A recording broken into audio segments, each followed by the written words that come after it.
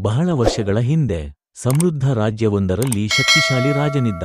ಅವನ ಬಳಿ ಎಲ್ಲವೂ ಇತ್ತು: ಐಶ್ವರ್ಯ, ಅಧಿಕಾರ, ಸೇನೆ, ಅರಮನೆ. ಆದರೆ ಅವನ ಮನಸ್ಸು ಅಶಾಂತವಾಗಿತ್ತು. ಒಂದು ದಿನ ಅವನು ಕಾಡಿನ ಆಳದಲ್ಲಿದ್ದ 100 ವರ್ಷದ ಗುರೂಜಿಯವರ ಬಗ್ಗೆ ಕೇಳಿದ.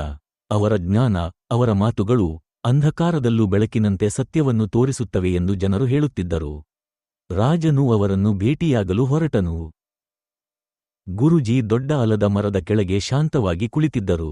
ಬಿಳಿ ದಾಡಿ, ಕಣ್ಣುಗಳಲ್ಲಿ ಹೊಳಪು, ಮುಖದಲ್ಲಿ ದೇವತೆಗಳ ಶಾಂತಿ. ರಾಜನು ಬಾಗಿ ನಮಸ್ಕರಿಸಿದ. ಗುರುಗಳೇ, ನಾನು ರಾಜ ವಿಕ್ರಮಾದಿತ್ಯ. ನನಗೆ ಒಂದು ಪ್ರಶ್ನೆ ಕಾಡುತ್ತಿದೆ. ಕರ್ಮ ಎಂದರೆ ಏನು?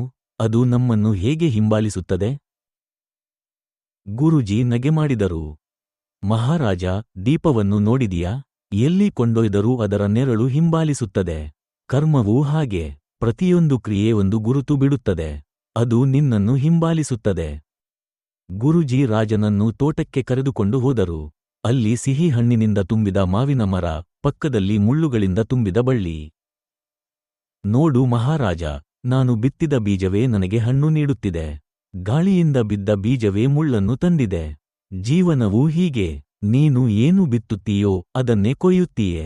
ದಯೆ, ಸತ್ಯ, ಪ್ರೀತಿ ಬಿತ್ತಿದರೆ ಫಲವಾಗಿ ಶಾಂತಿ, ಗೌರವ, ಸಂತೋಷ ಬರುತ್ತದೆ. ಸುಳ್ಳು, ಕ್ರೂರತೆ ಬಿತ್ತಿದರೆ ನೋವು, ಪಶ್ಚಾತ್ತಾಪ ಬರುತ್ತದೆ.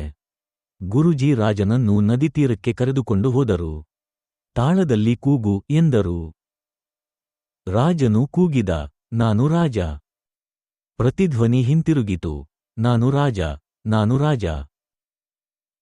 ಗುರು ನಕ್ಕರು. ಇದು ಕರ್ಮ. ನೀನು ಏನು ಕಳುಹಿಸುತ್ತೀಯೋ ಅದೇ ನಿನಗೆ ಹಿಂತಿರುಗುತ್ತದೆ. ಕೋಪ ಕಳುಹಿಸಿದರೆ ಕೋಪ ಬರುತ್ತದೆ. ಪ್ರೀತಿ ಕಳುಹಿಸಿದರೆ ಪ್ರೀತಿ ಬರುತ್ತದೆ. ಪ್ರತಿಧ್ವನಿಯನ್ನು ನೀನು ನಿಯಂತ್ರಿಸಲಾರೆ. ಆದರೆ ನಿನ್ನ ಶಬ್ದವನ್ನು ನಿಯಂತ್ರಿಸಬಹುದು. ಕ್ರಿಯೆಯನ್ನೇ ನಿಯಂತ್ರಿಸಬಹುದು. ರಾಜನು ಇನ್ನೊಂದು ಪ್ರಶ್ನೆ ಕೇಳಿದ. ಗುರುಗಳೇ, ಹಳೆಯ ಜನ್ಮದ ತಪ್ಪು ನೆನಪಿಲ್ಲದವನಿಗೆ ಶಿಕ್ಷೆ ಹೇಗೆ ಸಿಗುತ್ತದೆ? ಇದು ನ್ಯಾಯವೇ? ಗುರು ಸ್ಮಿತದಿಂದ ಹೇಳಿದರು. ಮಹಾರಾಜ, 10 ವರ್ಷಗಳ ಹಿಂದೆ ಏನು ತಿಂದೆಯೋ ನೆನಪಿದೆಯಾ? ರಾಜನು ತಲೆಯಾಡಿಸಿದ. ಆದರೂ ನಿನ್ನ ದೇಹ ನೆನಪಿಟ್ಟಿದೆ. ಅಂದಿನ ಆಹಾರವೇ ಇಂದಿನ ನಿನ್ನ ಶಕ್ತಿ. ಹಾಗೆಯೇ ನಿನ್ನ ಕ್ರಿಯೆಯನ್ನು ನೀನು ಮರೆಯಬಹುದು, ಆದರೆ ಆತ್ಮ ಮರೆಯುವುದಿಲ್ಲ. ಅದು ಫಲ ನೀಡುತ್ತದೆ. ಗುರೂಜಿ ಕೊನೆಗೆ ರಥವನ್ನು ತೋರಿಸಿದರು. ಮಹಾರಾಜ, ನಿನ್ನ ರಥವೇ ನಿನ್ನ ಜೀವನ. ಕುದುರೆಗಳು ನಿನ್ನ ಆಸೆಗಳು. ರಗ್ಗು ನಿನ್ನ ಮನಸ್ಸು.